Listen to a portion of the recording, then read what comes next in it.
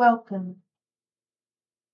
I am Day, a woman in recovery from loss, grief, trauma, and addiction. I have found that in my years of active recovery, that upon waking, it is useful for me to affirm and devote myself to the need of my recovery, the one who ties all of the pieces of me together gently and lovingly to face each day. With these daily affirmations, reflections, and devotions, walk with me on the journey of renewal and self reflection. And remember that you are not alone. Fair use. Daily Reflections. This is a book of reflections by AA members for AA members. January 14th. No regrets. We will not regret the past nor wish to shut the door on it. Alcoholics Anonymous, page 83. Once I became sober, I began to see how wasteful my life had been, and I experienced overwhelming guilt and feelings of regret. The program's fourth and fifth steps assisted me enormously in healing those troubling regrets. I learned that my self-centeredness and dishonesty stemmed largely from my drinking, and that I drank because I was an alcoholic. Now I see how even my most distasteful past experiences can turn to gold because, as a sober alcoholic, I can share them to help my fellow alcoholics, particularly newcomers. Sober for several years in AA, I no longer regret the past. I am simply grateful to be conscious of God's love and of the help I can give to others in the fellowship.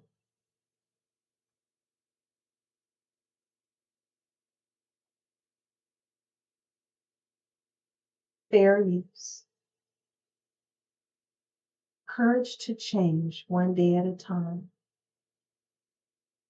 January 14th. I learned in Al Anon that I'm bound to fail to make someone else stop drinking because I am powerless over alcoholism. Others in the fellowship have failed as well, yet they seemed almost happy to admit it. In time, I understood by letting go of this battle we were sure to lose, we became free.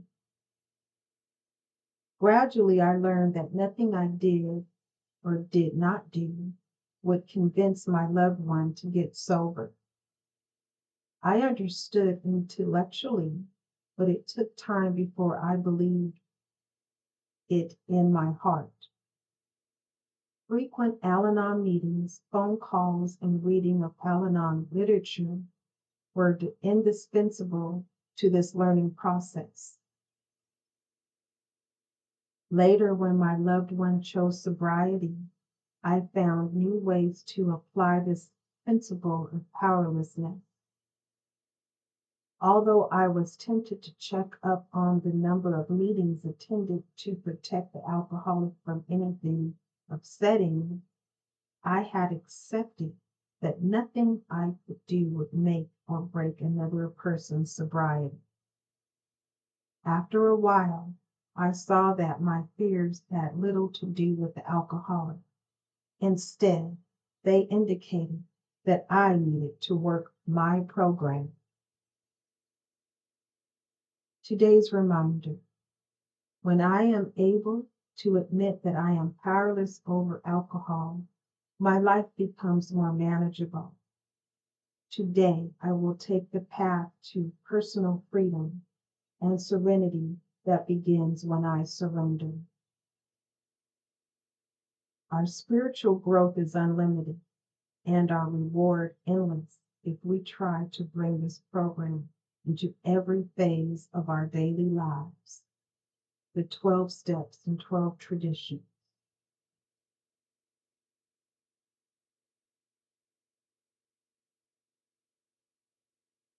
Fair use.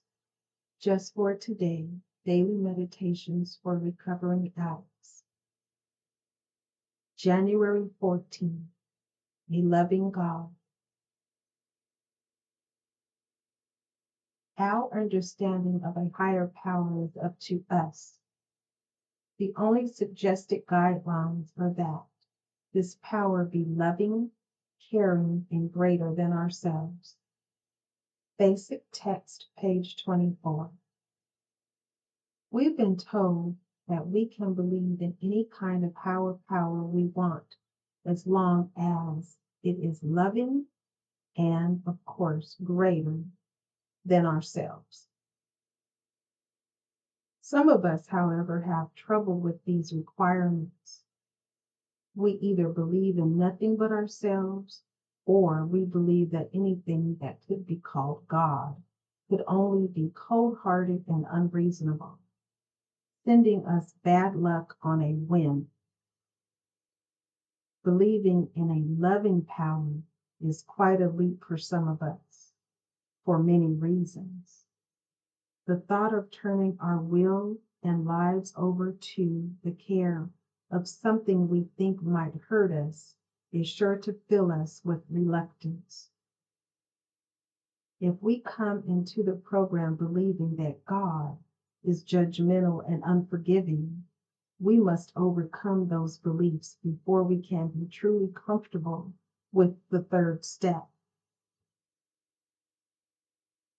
Our positive experiences in recovery can help us come to believe in a loving God of our own understanding. We've been given relief from a disease that has afflicted us for a long time. We found the guidance and support we need to develop a new way of life. We've begun to experience a fullness of spirit where once there was only emptiness. These aspects of our recovery have their source in a loving God, not a harsh, hateful one. And the more we experience recovery, the more, the more we'll trust that loving higher power. Just for today, I will open my mind and my heart to believe that God is loving and trust my loving higher power to do for me what I cannot do for myself.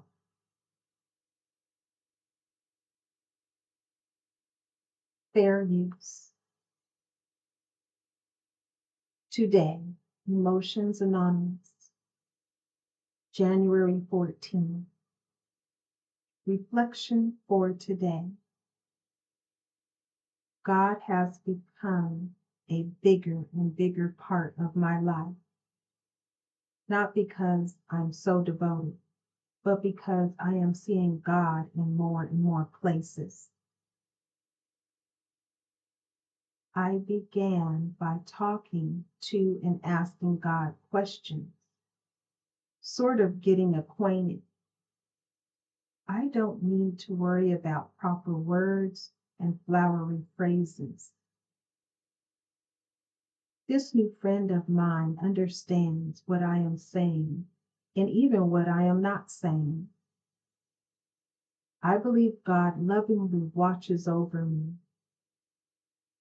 I believe this higher power of mine is my friend, my partner, and my constant companion. These beliefs come to me because of working step 11. Meditation for today. May I keep seeking, as suggested in step 11, to improve my conscious contact with you. Today I will remember, not my will, but thine.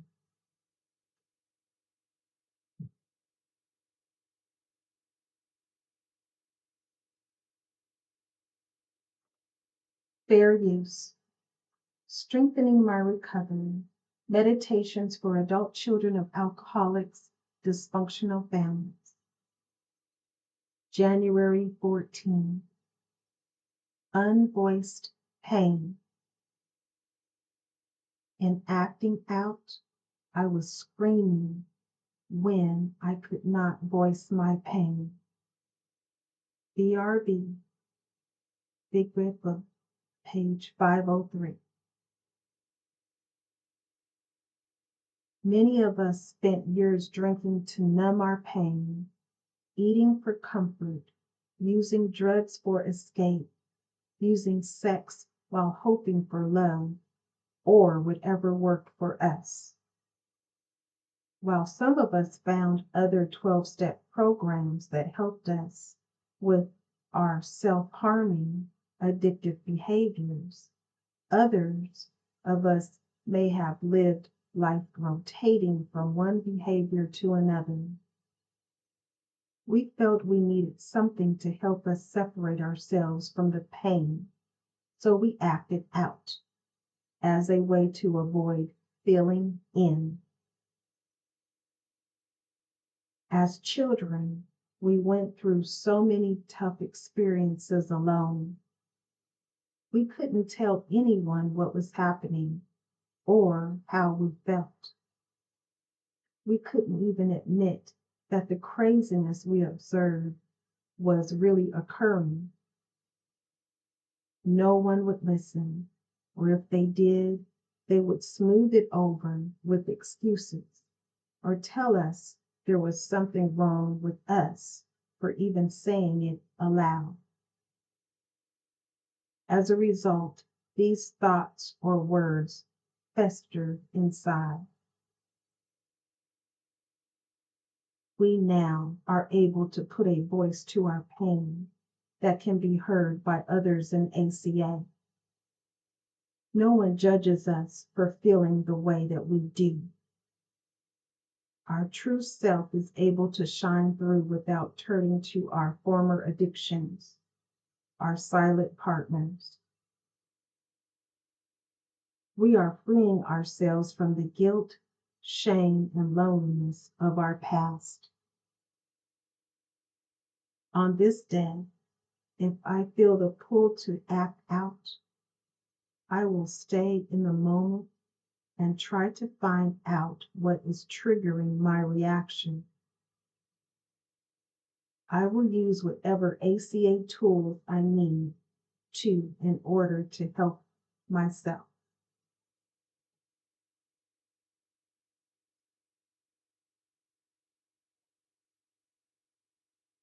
Please subscribe, like, share, and most of all, be the you that you are created to be.